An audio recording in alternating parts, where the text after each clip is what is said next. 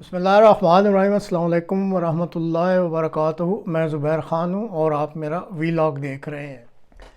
اصل مسئلے کا بھی سامنا کرو، یہ آج کے پروگرام کا موضوع ہے۔ پچھلے 24 گھنٹوں میں پاکستان کے مقتدر حلقوں کو کچھ ایسے زناٹے دار تھپڑ پڑے ہیں کہ جس کی وجہ سے اس ملک سے محبت کرنے والے سخت رنجیدہ ہو گئے ہیں۔ پہلے ان افسوسناک امور کا ذکر اور پھر یہ تجزیہ کہ آخر پاکستان کے ساتھ اوپر نیچے ایسا کیوں ہو رہا ہے۔ کوئٹہ سے پشاور جانے والی جعفر ایکسپریس کو بلوچستان کی علیحدگی پسند تنظیم BLA نے اغوا کر لیا ہے۔ بین الاقوامی میڈیا رپورٹس کے مطابق اس ٹرین میں 400 سے زائد مسافر سوار تھے۔ حملہ آوروں نے ریل کی پٹڑی پر واقع 8 نمبر سرنگ پر حملہ کر کے ریلوے پٹڑی دھماکے سے اڑا دی، ٹرین ڈرائیور کو زخمی کر دیا۔ ٹرین کی حفاظت پر مامور ڈیوٹی اہلکار، جن کی تعداد 20 کے قریب بتائی جاتی ہے، ان کو موت کی نیند سلا دیا۔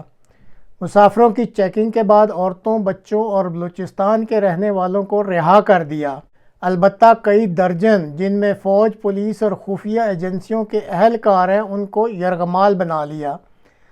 علاقے کی صورتحال ایسی ہے کہ فوج کے زمینی دستوں کو حملہ آوروں کے ساتھ لڑائی میں پسپا ہونا پڑا۔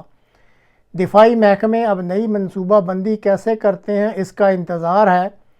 حملہ آوروں نے البتہ تنبیہ کر دی ہے کہ اگر دفاعی محکموں کی طرف سے کوئی خطرناک چال چلی گئی یا فضائی حملے کیے گئے تو وہ ان درجنوں یرغمالی اہلکاروں کو ہلاک کر دیں گے۔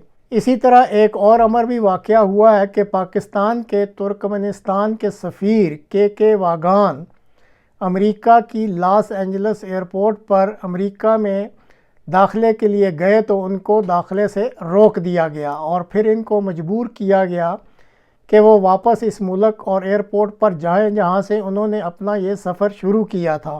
امیگریشن حکام نے ان کے ویزا حوالہ جات میں کچھ نقص نکالے تھے۔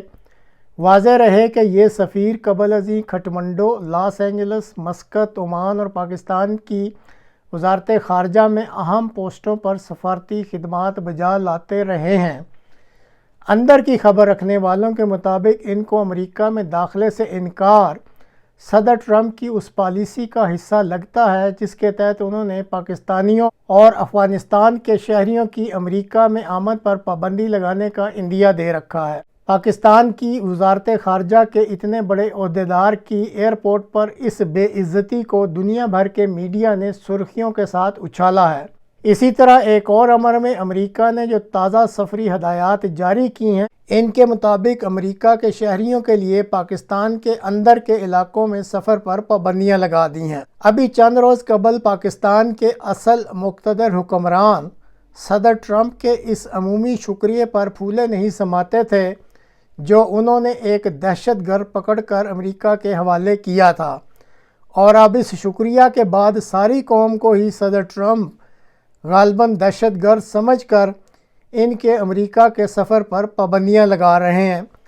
کہہ سکتے ہیں کہ کیا انداز ہے انکل سام آپ کے شکریہ کا بھی، اور کیا سمجھ ہے پاکستان کے اصل مقتدر حکمرانوں کی بھی۔ اب ایک اور امر میں جو ابھی واقع ہوا ہے، پاکستان کے صدر مملکت آصف علی زرداری نے پاک پارلیمنٹ کے دونوں ایوانوں کے مشترکہ اجلاس سے خطاب کیا۔ حیرانی اس وقت ہوئی جب پاکستان کے اصل اور مقتدر حکمران اس اجلاس میں شامل ہی نہیں ہوئے، کیونکہ ان کو پہلے ہی بتلا دیا گیا تھا کہ ایوان میں اگر وہ آئیں گے تو ان کو قیدی نمبر 804 اور گولی کیوں چلائی جیسے نعروں کا سامنا کرنا پڑے گا۔ اب ناظرین آپ خود دیکھ لیں کہ جو شخص پاکستان کو اصل میں چلا رہا ہے وہ اتنا بے بس کر دیا جائے گا کہ وہ اس ملک کی پارلیمان سے بھی اپنی عزت نہیں کروا سکے گا۔ تو ناظرین یہ صرف چند واقعات ہی ہیں جو پچھلے 24 گھنٹوں میں سامنے آئے ہیں۔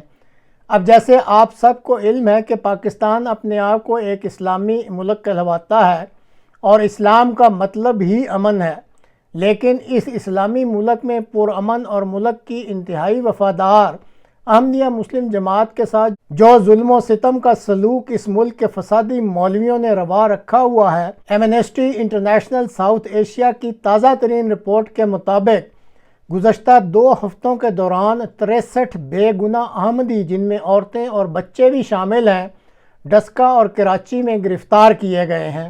احمدیہ مسلم جماعت کی ڈسکہ کی بہت پرانی، اسی طرح احمدیہ مسلم جماعت کی گوجرانوالہ میں 120 سالہ پرانی مسجد اور بھاول نگر میں موجود احمدیہ مساجد کو مسمار کر دیا گیا ہے۔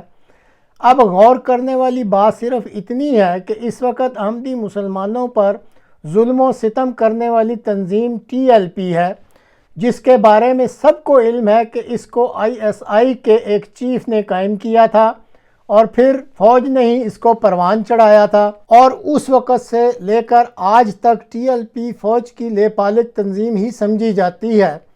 اس تنظیم کو بنیادی طور پر تو سیاسی اشرافیہ کو کنٹرول کرنے کے لیے قائم کیا گیا تھا، لیکن پھر اصل مقصد کو چھوڑ کر اس فسادی تنظیم کو پرامن اور ملک کے وفادار احمدیوں پر ظلم و ستم کرنے کا مشن دے دیا گیا۔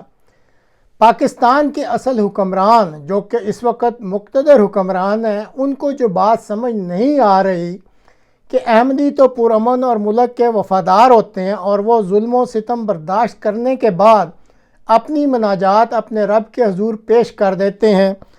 خدا تعالیٰ کا مکافات عمل کا اپنا نظام کام کر رہا ہوتا ہے۔ یہ درست ہے کہ اللہ تعالیٰ مجرموں کی پکڑ میں دھیما ہے، اور وہ مجرموں کو اپنی اصلاح کے لیے ڈھیل بھی دیتا رہتا ہے، اور اگر کوئی اپنی اصلاح نہیں کرتا تو پھر اس کا یعنی اللہ تعالیٰ کا انتقام بھی بہت ہی شدید ہو جاتا ہے۔ غور کرنے والی بات صرف اتنی ہے کہ فوج کی یہ لے پالک TLP احمدیوں پر ظلم و ستم کی تمام حدیں کراس کر رہی ہے، اور ملک کا اصل مقتدر حکمران جو اس وقت ہے وہ سب کچھ دیکھ بھی رہا ہے اور ہونے بھی دے رہا ہے۔